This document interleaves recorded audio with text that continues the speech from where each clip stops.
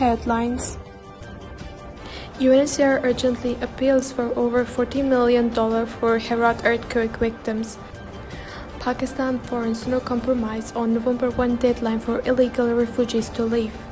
U.S. Special Envoy blames U.S. Taliban deal for dire gender apartheid in Afghanistan. Hello, my name is Mahia Nouri from First Time News Network. Today is 14 October 2023. The UN High Commissioner for Refugees has made an urgent appeal for $14.4 million to ramp up assistance to the people affected by the recent earthquake in Afghanistan. Western province of Herat was rocked by devastating earthquake on October 7, which left over 2,400 people dead and more than 2,000 injured. At least one died and 140 others were injured in another deadly quake in the same area on Wednesday, October 11. The UN Secretary General's spokesman Stephen Dujarric said that over 70,000 people have been affected by the recent earthquakes. The UNHCR has said in a statement that these estimated figures are likely to increase as the full scale of the disasters become apparent. The statement stressed the need to provide humanitarian assistance to vulnerable people to help them to avoid further tragedy. As people mourn their loved ones, many are forced to sleep under the open skies after the complete destruction of their mud houses in the affected zones. The statement says around 20 villages have been destroyed in the Zindajan district of Herat, which was the epicenter of the magnitude 6.3 earthquake on October 7. According to UNHCR, women and children are among those hardest hit. The immediate needs for the affected people include emergency shelters, heaters, kitchen sets, clean water, food and warm clothing ahead of the cold winter months, and the statement raised the refugee housing units will be provided to overcrowded hospitals to accommodate survivors of the earthquakes who are currently receiving casualty treatment and sleeping outdoors. It added a UN Refugees Agency will to pay efforts to ensure people with the special needs are identified and receive the required support.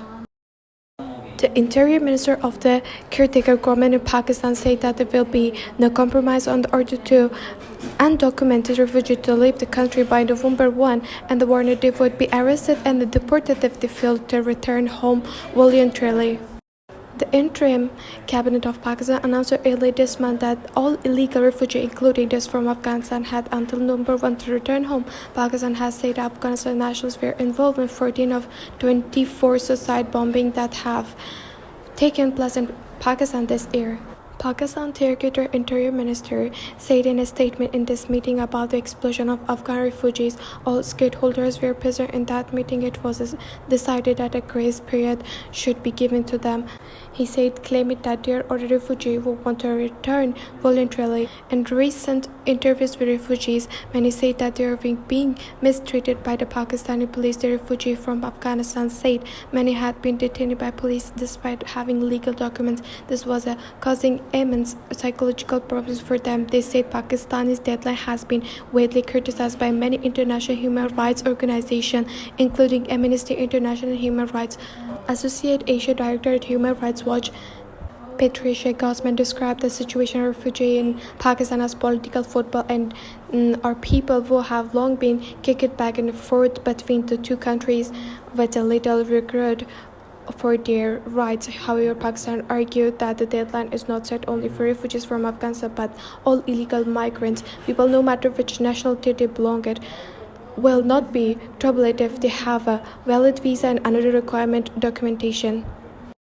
The UN Special Rapporteur on the rights to freedom of peaceful assembly and of association, Clement Neely to Society Value, has described the situation in Afghanistan as a dire gender apartheid imposed by the Taliban. Addressing a press conference in New York on Friday, Value said there are too many examples that demonstrate how the suppression of rights and the failure to listen to the communities and social movements in the context of conflict prevention and peace building led to failed peace process. He said one example was Afghanistan. This was in reference to the US-Taliban deal, commonly known as the Doha Agreement, signed on the February 2022. Multiple rounds of the negotiations were held, but the government of the times was the exiled from the talks, and women are the sidelined. Women completely sidelined from the peace process. Later today's dire situation of gender apartheid imposed by the Taliban, who are the broad draw closer doors and let me be honest, the US Taliban peace